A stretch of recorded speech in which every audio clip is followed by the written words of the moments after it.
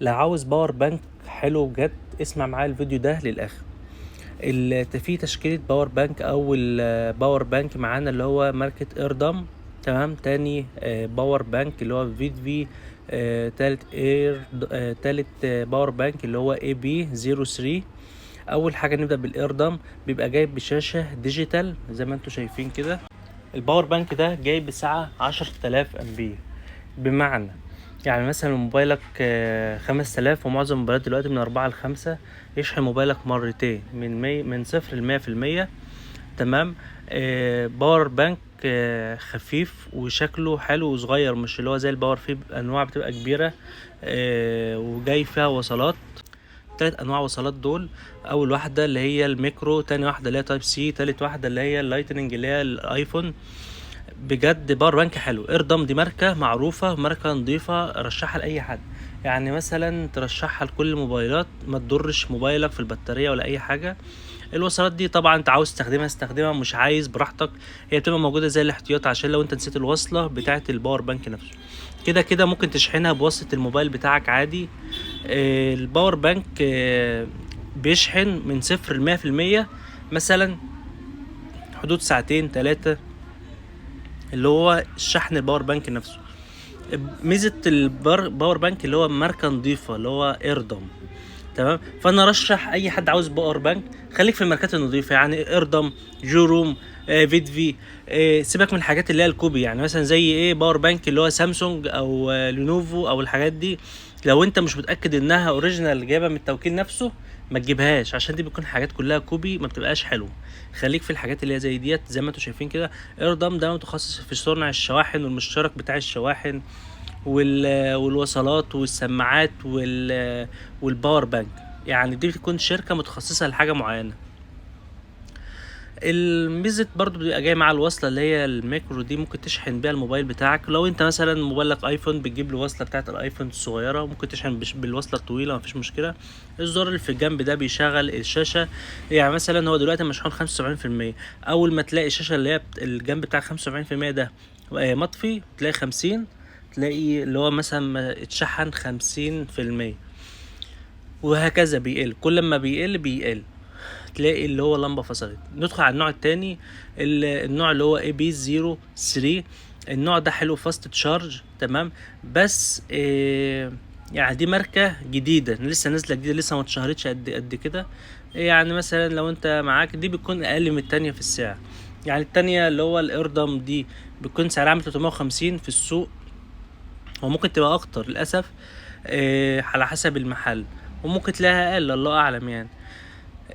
بس هو يستحيل يبقى اقل، عشان 350 ده يعتبر سعر الجمله بتاعه. النوع ده اي بي 03 ده بيكون عامل 300 جنيه. تمام. بيبقى جايب بمخرجين اللي هو اليو اس بي، ومخرج واحد ميكرو، ومخرج تايب سي. علامة الزائد ديت بتتك عليها تلاقي الاربع لمبات شغالة. دي بقى مش بيبقى جايب بشاشة ديجيتال، بس تعرف ازاي ان ده شغال شحن ولا لا. تمام. بتلاقي الاربع لمبات كل لمبة 25%. لو مثلا الاربع لمبات شغالين 100%، لمبة واحدة فاصلة يبقى 75، لمبتين فاصلين يبقى 50%. باور بانك برضو اللي هو ميزته خفيف وحلو في الاستخدام وكده. برضو ده المساحة بتاعته 10,000 امبير. تمام. هو 10,000 امبير على فكرة معقول، يعني هو حلو بالنسبة للناس اللي رايحة السفر والحاجات دي، يشحن موبايل بتاعها 100% كاملين. تمام. وبرضو النوع ده حلو، ما يضرش الشحن بتاع الموبايل بتاعك. ده بيبقى جاي بسعر 300 جنيه. ده برضو النوع ده حلو نازل منه. برضو في شواحن، في منزلش على ما اظن منزلش منه هاند فريهات، نزل منه بس وصلات وشواحن ومشتركات. النوع التالت بقى ده من احسن الانواع يا جماعه بجد، اشتغلت فيها اللي هي الفيدفي. يعني انت لقيت شاحن فيدفي هاند فري فيدفي وصله فيدفي بس تاكد انها اصليه. بص وانت مغمض دوس فيها دي 350، ده بيبقى جايب 10,000 امبير. معظم اللي هو الباور بانك بيبقى نازل ب10,000 امبير. ده برضو جاي بمخرجين يو اس بي، ومخرج ميكرو، ومخرج تايب سي. الاربعة برضو برضو في اللي هو الاربع لمبات شغالين، كل لمبة ب25%. ميزته خفيف وتعرف تشيله في اي مكان. وعلى قد الايد، يعني مثلا هو مع الموبايل ما يبقى ايه في حجم الموبايل مع بعض، بقى جاي معاه وصلة USB. بس بجد يعني انا من مثلا انت عاوز ارشح لك خليك في الثلاث انواع دول: الفيدفي اللي هو زي النوع ده، الجو روم، الايردم. تمام. في نوع شعبي، ده بقى الشعبي بجد، يعني انصحك ما تشتروش، اسمه BZX. الBZX ده ما بيبقاش احلى حاجه، هو حلو بس مش بيبقى احلى حاجه، يعني هو بيبقى تحت البند اللي هو الشعبي. النوع ده مثلا بقى الفيديو ده ما شاء الله والله بجد، يعني ما استخدمت، يعني انت عاوز هاند فري نضيفه خليك في دور على اللي هو الهاند فري اللي اسمها فيدفي. عاوز شاحن نضيف دور على الشاحن مكتوب عليه فيدفي، وتأكد انه الاصلي. تمام، يبقى جايب علامة ايه من ورا كده، اتأكد انه الاصلي. ويبقى جاي برضو المعلومات دي عليه. بس الصراحة ما جربت الهاند فري تقعد زي شفت انت الاصلية بتبقى قاعدة معاك فترة حلوة، ده تلاقي الهاند فري بتاعته قاعدة فترة محترمة جدا يعني. اللي بيبقى جاي مثلا بيبقى منه الابيض ده الوزن بتاعه 220 جرام، 10,000 امبير. برضو اللي هو يعتبر ده اقل نوع في الفيديو. في انواع تانية في الفيديو جاية بشاشة ديجيتال، وشفت انت الشكل اللي هو شاشة ديجيتال زي الشكل الاردم، بيبقى تلاقي نفس الستايل كده بس فيديو، بس جايب بستايل معين، يعني هو في شاشة ديجيتال وفي الوصلات بتاعته التلاتة من ورا والكلام ده. فكده ده الاردم بي 41، ده ماركة اللي هو ماركة الاردم اللي انا هوريها لكم. تاني واحد AB 03 10,000 امبير، ده سعره عامل 300. تمام. النوع برضو التالت بيبقى جاي برضو ب10,000 امبير. زي ما انتم شايفين كده، هو منه لونين، يعني العلبة دي بيبقى جايب بها لونين، اللون الاخضر وفي علبة تانية لون احمر، اتنين زي بعض مفيش اي اختلاف. الشحن بتاعهم برضو عشان تبقوا عارفين 5 فولت و2 1 امبير. تمام.